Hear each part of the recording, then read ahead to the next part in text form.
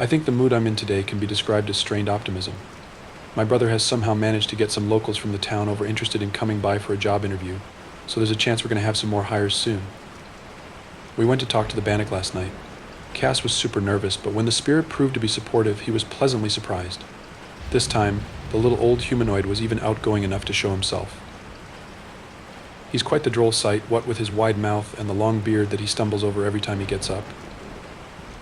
After introducing my little brother, we sat down together, the Bannock crossing his skinny legs on one of the benches. I cleared my throat, speaking up in what I hoped to be a steady and open tone. I'll be frank. We're here because there's something we need your help with. So before we ask for it, is there anything we can do for you? The old man grinned and shook his head. When he spoke, Cass and I had to concentrate to make out the words. You have been keeping me perfectly content in these four walls, my dear. That's good to hear. Now, I've been faced with a bit of a problem lately. I know all about the issue already. A mutual friend of ours told me everything about it when he came to bathe last night. You don't mean the wood demon. Oh yes. I wouldn't exactly call the Leshy a friend. So is there anything you can tell us? Someone's been playing you false, the spirit replied, idly combing his beard with his fingers. That much you must know by now. Yeah, we figured, Casimir remarked glumly. Can you tell us who? Not exactly, I'm afraid. I only see bits and pieces of the future, not full visions and not of the presence. But I do have something to share with you. Oh yeah, we're desperate, Cass added, nodding eagerly. Go to the old black mill. You'll find answers there. I froze up like someone had poured a bucket of icy water over me. The black mill, Cass repeated, eyes darting from the spirit to me. Isn't that where Jacek used to live? I don't want to talk about Jacek, I hissed. The Bannock let out a wheezing laugh that quickly turned into a coughing fit. I'm aware that something happened at the mill, Fiona. You wouldn't believe how many visions I had of you at the time. I don't need to know the details to understand that you made a major fool of yourself. You acted like that sixth sense I presented you with was taking a vacation, along with all your other higher faculties. I could feel the heat rising to my cheeks. I don't want to talk about Jacek, I reiterated with stern emphasis. Well, you'll simply have to if you want to secure these woods. And doesn't the Leshy have your word on that? The old man cocked his head. Remind me what he'll do if you don't follow through. Here it comes. The promise I made to the wood demon. No use in keeping it to myself anymore.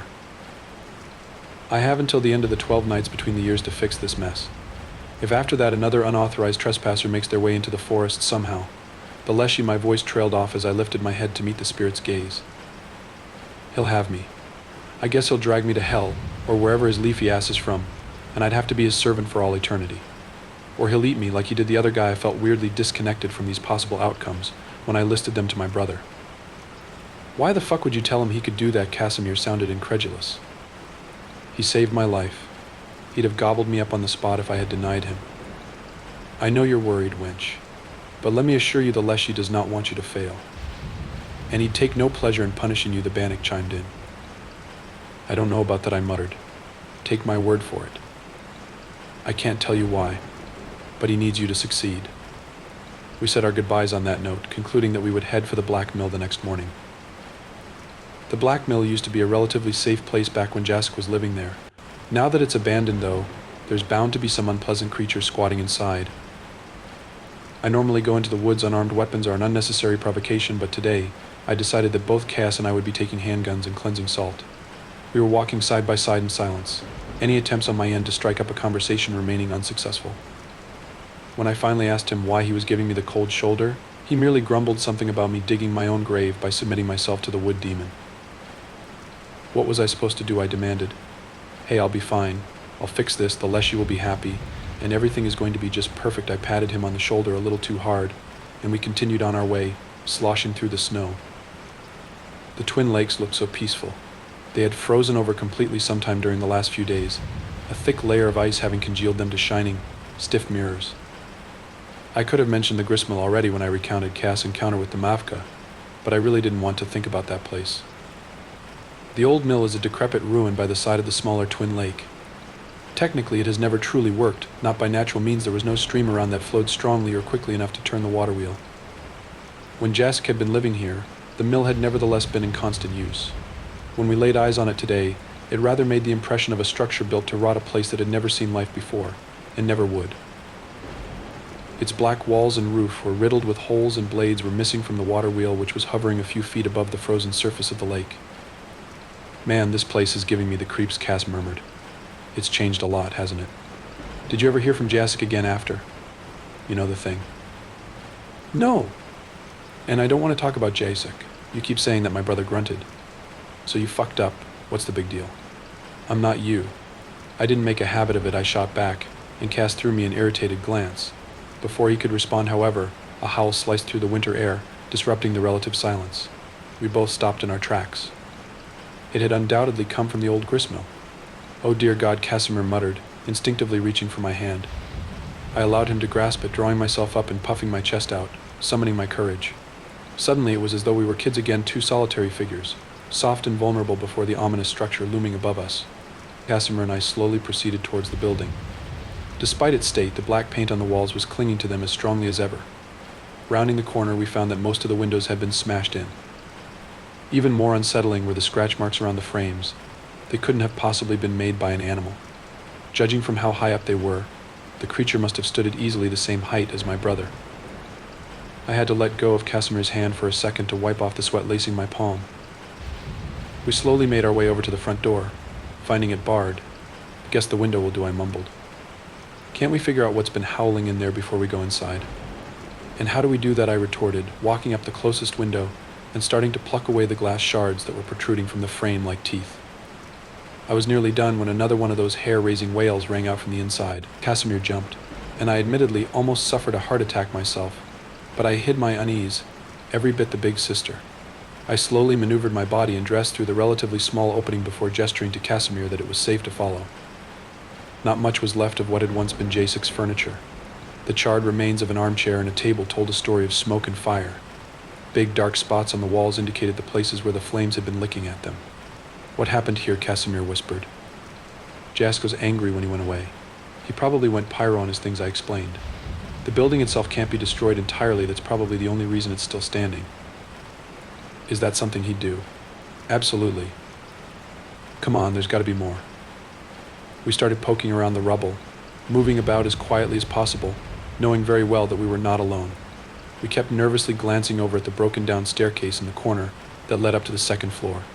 Half of it was caved in, presumably because of the fire, so we wouldn't be able to access the upper story of the mill. Occasionally we'd hear the floorboards creaking above us, the sound of someone or something pacing to and fro. Each little noise sent a surge of fear through our bodies, but we kept our mouths shut, masterfully managing to stifle gasps and startled screams. It was Cass who found the trail camera.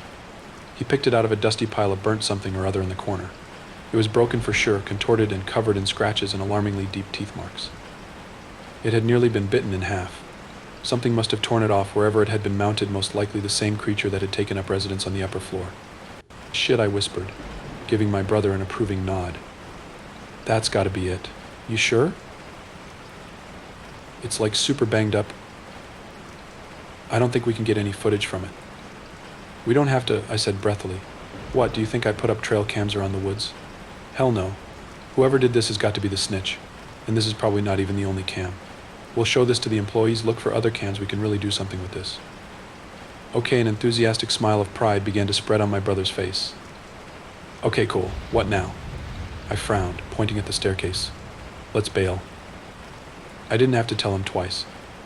Casimir headed straight for the window, squeezing through and beckoning for me to join him on the other side. Of course, my retreat was, as per usual, a little slower than his.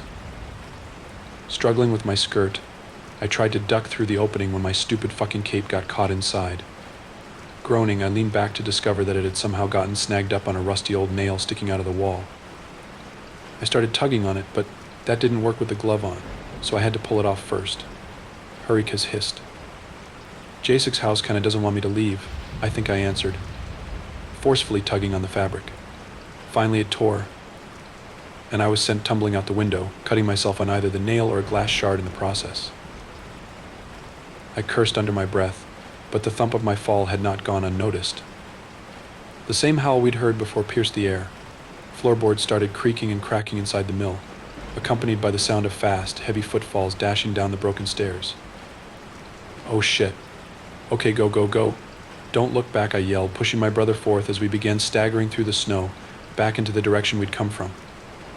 Casimir tossed me the busted camera as he got out his handgun.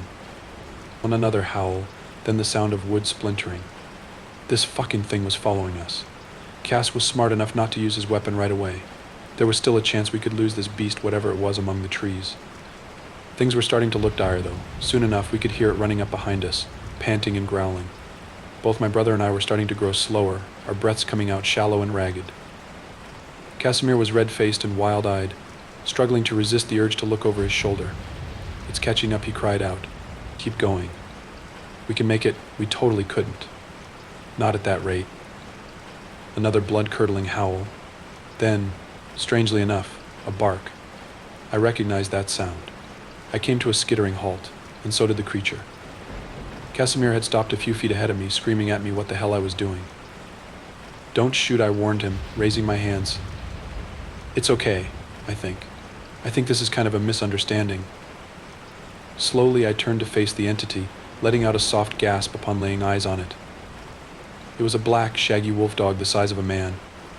One of its eyes was missing, as was part of its ear. It was only skin and bones, and it reeked like a whole-ass sewer. "Hey, I know you," I said softly, taking a hesitant step towards it. "Do you remember me?" The dog sat down in the snow, lowering its dripping snout and proceeding to press it to my neck, sniffing fiercely. I stood still as a statue, my eyes shut, trying to ignore my mounting panic. The beast could rip my throat out right then and there, but deep down I knew it wouldn't. Finally it drew away, huffing as it got to its feet, or rather paws, and turned to trot off. "Wait. Ain't you starving?" I called after it. "I have food at home," I could.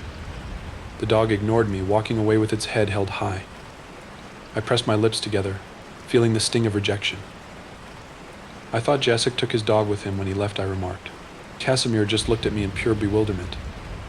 That's what that was. It's waiting for its master. Oh, my brother gazed after the creature. Am I supposed to be relieved now? 10 years. It's been 10 years and that dog's still waiting for him, I sighed.